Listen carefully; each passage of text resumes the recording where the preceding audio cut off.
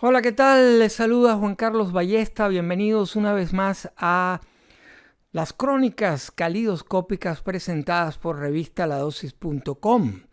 Yo soy Juan Carlos Ballesta y hoy nos vamos al año 1977 para conversar sobre uno de los capítulos más interesantes de la historia del rock.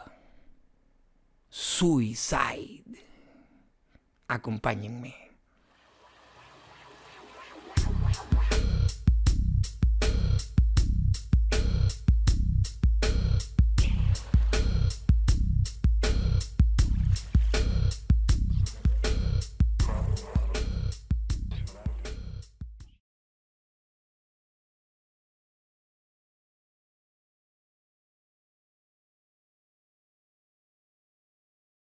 El año 1977 fue realmente muy relevante. Había explotado el movimiento punk en ambos lados del Atlántico, muy especialmente en dos ciudades, en Londres, que tuvo sus características particulares y de lo cual evidentemente hemos hablado y seguiremos hablando, y del otro lado en Nueva York, donde el punk, vamos a entrecomillarlo, tuvo unas características bastante diferentes, puesto que no hubo en prácticamente ningún grupo esos elementos visuales, estéticamente de confrontación que tuvieron los grupos ingleses. El punk neoyorquino estuvo más ligado a movimientos del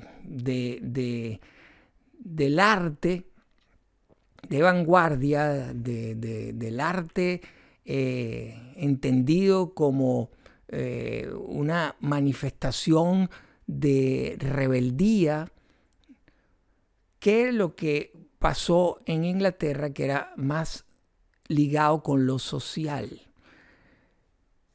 En Nueva York hubo varias agrupaciones que se fueron gestando a lo largo de varios años, tocando en famosos locales como el CBGB.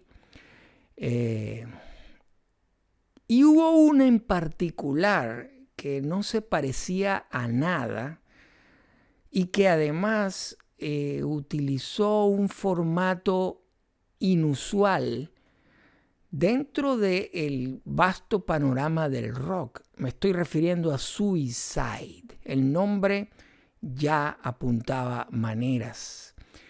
Era un dúo, Alan Vega en la voz y Martin Rev en el teclado. Eso era todo. Una oda al minimalismo con voz y teclado. Suicide revolucionó la escena neoyorquina y con el tiempo se convirtió en una de las propuestas más influyentes y más amadas de ese periodo.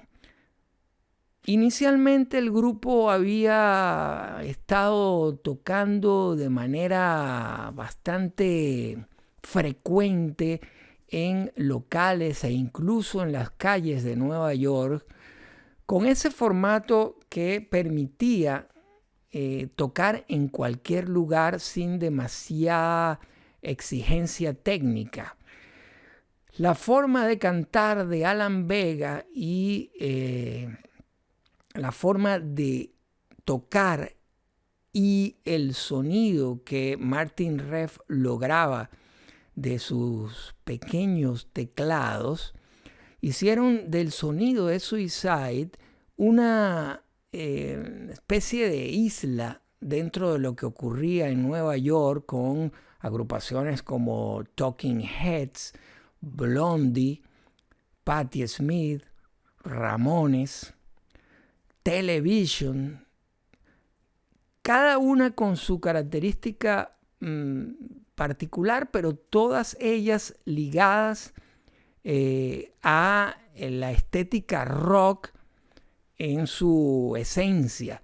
Pero Suicide no, hacían rock, hacían punk, hacían música electrónica minimalista. ¿Qué hacía Suicide? Suicide escupía canciones. Eran temas en su mayoría cortos, exceptuando uno, que confrontaban al público, puesto que hacían partícipe la mayoría de las veces a los asistentes a las presentaciones de su música.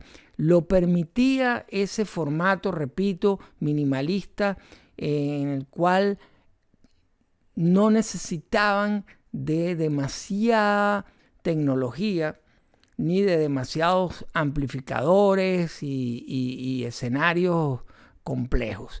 En esencia, eso era también parte de la filosofía punk. Menos es más. Y eso lo aplicó Suicide en su máxima expresión. Después de un tiempo de ser una banda underground, con un público de culto creciente, finalmente a finales del año 1977, en diciembre, vio la luz su primer disco, el primero de dos de esa primera etapa, que es la más influyente y que contenía varios de sus temas más emblemáticos, especialmente Ghost Rider, un temazo inmortal. Este disco y el sonido desarrollado por Alan Vega y Martin Rev en este disco influyó a muchísimas agrupaciones en los años 80 y 90. En los años 80, grupos como Spaceman 3 o The Jesus and Mary Chain se vieron seducidos por ese sonido en el cual había elementos del rock garajero desarrollado por grupos como The Stooges o MC5 y elementos tomados del minimalismo electrónico y por supuesto también de la más pura esencia callejera, neoyorquina, para ser específicos. Y este disco homónimo, el primero de Suicide, es un clásico entre clásicos. Y si hubiera que hacer una lista de los grandes discos publicados aquel año 1977 tan importante, por supuesto, este ocuparía una de las posiciones más relevantes. Portada además también bastante minimalista. Este arte tan característico es de Timothy Jackson. Esta es una reedición en color rojo que recomiendo mucho. Rocket USA, una especie de revisión de los Beach Boys al modo de Suicide. Shiri, Johnny, Girl. Canciones inolvidables sin duda alguna. Y está por supuesto Che en el lado B.